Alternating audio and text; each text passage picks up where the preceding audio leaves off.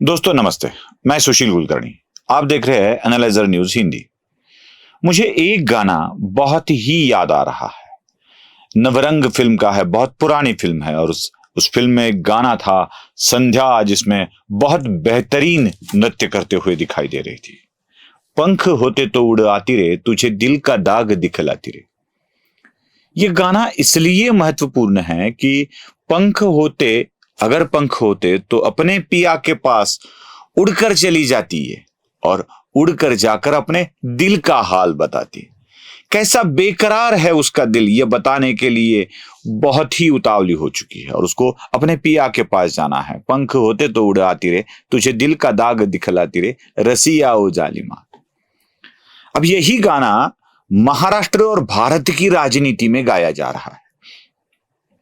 अपने प्रियतम, अपने बालम, अपने सखा, अपने प्रियकर को मिलने के लिए जाना है, उसके यहां चले जाना है, लेकिन पंख नहीं है। पंखों को बांध कर रखा गया है या पंखों को कुरेद कर रखा गया है। इसीलिए ये गाना गा रहे हैं, पंख होते तो उड़ आती रे, तुझे दिल का दाग दिखलाती रे। पिछले कई दिनों से कई सारे चर्चाएं चल रही है। अब ये मीडिया में चल रही है, चलवाई जा रही है, इसके बारे में कुछ भी कहा जा सकता है। सबसे पहले तो मध्य प्रदेश के पूर्व मुख्यमंत्री कमलनाथ अब कमल का साथ देंगे, यह चर्चाएं चली। फिर कहा जाने लगा कमलनाथ कहीं नहीं जाएंगे, कमलनाथ के बेटे जाना चाहते हैं। मतलब कमलनाथ अपने बेटे को भारतीय जनता पार्टी में भेज रहे हैं और खुद कांग्रेस में रह रहे हैं। फिर लोगों को याद आया, कांग्रेस वाले लोगों को, कि कमलनाथ इंदिरा गांधी के तीसरे पुत्र है।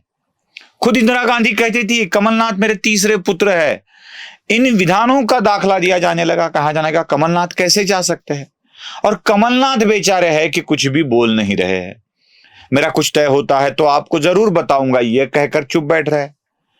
कमलनाथ की यह चुप्पी इन चर्चाओं को और फैला रही है। मध्य प्रदेश में कमलनाथ भारतीय जनता पार्टी के साथ जाएंगे, यह चर्चा और भी बढ़ रही है। चर्चा 3-4 दिन से लगातार चली आ रही है। क्या होगा कमलनाथ जी का पता नहीं है। बहुत सारे कमल बाबू अपना कमल खिलाने के लिए बेकरार है। जैसे महाराष्ट्र में भी एक कमल बाबू है जो एनसीपी का साथ देते आए हैं और उन्हीं के भाई के कारण उनकी ही संस्था को बहुत सारी अड़चने हो रही है। इसलिए नांदेड़ के एक कमल बाबू अशोक चौहान के साथ भारतीय जनता पार्टी में जाने के लिए बेकरार है। चलो, वो कमल बाबू तो राजनीति में अब पुराने हो गए हैं, उनके बारे में कुछ बात करना आवश्यक भी नहीं है। हम मध्य प्रदेश के कमल बाबू की ही बात करते हैं। सिर्फ कमल बाबू नहीं है, एनसीपी के प्रदेश इकाई के अध्यक्ष जयंत पाटिल की भी यही चर्चा चल रही है। जयंत पाटिल कभी भी मीडिया के सामने आकर इन चर्चाओं में कोई दम नहीं है, मैं भारतीय जनता पार्टी में प्रवेश नहीं कर रहा हूं, मैं शरद पवार जी के साथ हूं, यह वाक्य बोलते हुए दिखाई नहीं दे रहे, बिल्कुल नहीं दे रहे। जयंत पाटिल भारतीय जनता पार्टी में जाने के लिए बेकरार है, उत्सुक है, यही दिखाई दे रहा है माध्यमों की चर्चा में। मुझे नहीं दिखाई दे रहा है, माध्यमों की चर्चा में दिखाई दे रहा है। और खुद जयंत पाटिल भी इन चर्चाओं का खंडन करते हुए नहीं दिखाई दे रहे। अब जयंत पाटिल के सामने दिक्कत यह है कि जयंत पाटिल जाना चाहे भी तो उनको ना चाहने वाले अजीत पवार बैठे हैं भारतीय जनता पार्टी के मित्र बनकर, क्योंकि शरद पवार की एनसीपी उन्होंने हाथ में ले ली है, उनका चिन्ह भी ले लिया है। उधर सुप्रिया सुळे उसी के ऊपर रोना धोना कर रही है, मेरे घर को तोड़ दिया।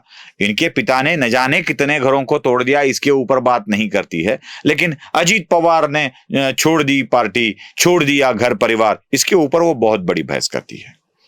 लेकिन जयंत पाटिल क्यों अटके हुए हैं? जयंत पाटिल अजीत पवार के कारण अटके हुए हैं। अजीत पवार के साथ जयंत पाटिल की बिल्कुल नहीं बनती है।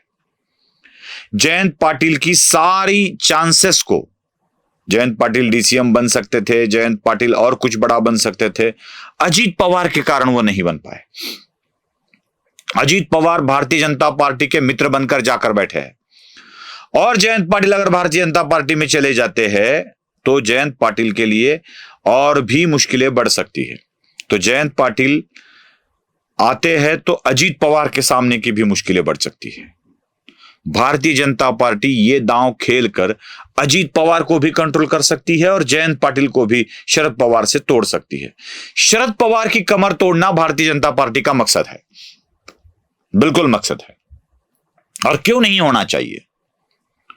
जिस शरद पवार ने भारतीय जनता पार्टी को बढ़ने के लिए तकलीफें दी, जिस शरद पवार ने राजकीय तिकड़मबाजी कर कर भारतीय जनता पार्टी की 2019 में सरकार बनने नहीं दी, 2.5 साल तक दूर रखा, उसी शरद पवार की पार्टी को तोड़कर शरद पवार के राजनीतिक पैंतरों को ध्वस्त कर देना भारतीय जनता पार्टी की प्राथमिकता होना स्वाभाविक है। दोस्तों, ये राजनीतिक खेल है, ये किसी क्रिकेट का, कबड्डी का, खो खो का मैदान नहीं है जहां पे सारे नियमों को पाला जाए। यहां पे नियमों को ध्वस्त करके ही खेल खेला जाता है, और कहा भी जाता है ना, युद्ध में और प्रेम में कोई नियम नहीं चलता है। तो यह युद्ध अपने राजनीतिक अस्तित्व का है। भारतीय जनता पार्टी इसको ध्वस्त करेगी ही करेगी। सिर्फ अकेले जयंत पाटिल बेकरार है ऐसा नहीं है। पंख होते तो उड़ाती रे वाला गाना जितेंद्र आव्हाड भी गा रहे हैं, जितेंद्र आव्हाड भी गा रहे हैं। उनको भी भारतीय जनता पार्टी से रिश्ता जोड़ लेना है, उनके मामले जरा अलग है। उनको यह पता चल गया है कि भारतीय जनता पार्टी में नहीं जाएंगे तो अपनी दिक्कतें बढ़ सकती है, बहुत बढ़ सकती है। तो जितेंद्र आव्हाड भी आजकल भारतीय जनता पार्टी के संपर्क में हैं। वो हेलो कर रहे हैं भारतीय जनता पार्टी के नेताओं को, लेकिन भारतीय जनता पार्टी के नेता उनको लेने का विचार नहीं कर रहे हैं। जितेंद्र आव्हाड भी यही गाना गा रहे हैं, पंख होते तो उड़ाती रहे। सिर्फ एनसीपी के नेता ऐसे हैं क्या? जयंत पाटिल, जितेंद्र आव्हाड, बस इतने ही हैं क्या? और भी कोई है? कांग्रेस से भी संजय निरुपम भारतीय जनता पार्टी का दरवाजा खटखटाते हुए नजर आ रहे हैं, और भारतीय जनता पार्टी में वो इसलिए आना चाहते हैं कि शायद कल आने वाले दिनों में उनको राज्यसभा मिल जाए, लोकसभा मिल जाए, क्योंकि कांग्रेस में तो कुछ बचा ही नहीं है, कुछ भी बचा नहीं है कांग्रेस में। क्या करेंगे कांग्रेस में रहकर? महाराष्ट्र में कांग्रेस का अस्तित्व अब डूब सा गया है, वो पूरे भारत में डूब गया है। अशोक चव्हाण चले गए, बहुत सारे नेता और जाने वाले हैं हर एक राज्य में। उधर चंडीगढ़ में म्युनिसिपल कॉरपोरेशन के मेयर ने जब इस्तीफा दिया सुप्रीम कोर्ट के निर्णय के बाद, तो सुप्रीम कोर्ट के निर्णय के बाद 3 विधायक चले आए भारतीय जनता पार्टी में, बन गए उनके बहुमत अभी भी। और भी जब बहुमत बन जाता है तो मेयर बनाना बहुत आसान बन जाता है। 3 पार्षद, माफ कीजिएगा, विधायक कहा मैंने, पार्षद चले आए हैं। अब जब सब लोग जा रहे हैं तो निरुपम क्यों पीछे बैठे? निरुपम भी कतार में लग गए और कहने लगे कि मुझे भी ले लो, मुझे भी ले लो, मैं भी आ जाता हूं।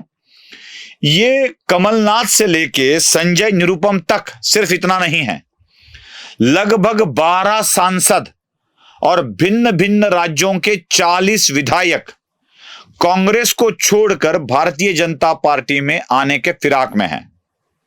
अब देखिए क्या बचने वाला है। 12 सांसद अगर चले आते हैं तो बचेगा क्या?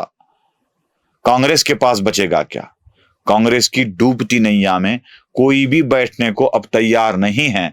शायद गांधी परिवार और उनके कुछ इर्द गिर्द के लोग ही कांग्रेस में बचेंगे, और इधर गाना गाते हुए घूमने वाले ज्यादा रहेंगे। वही गाना पंख होते तो उड़ाती रहे। पसंद आया हो तो लाइक, शेयर और सब्सक्राइब जरूर कीजिए। धन्यवाद।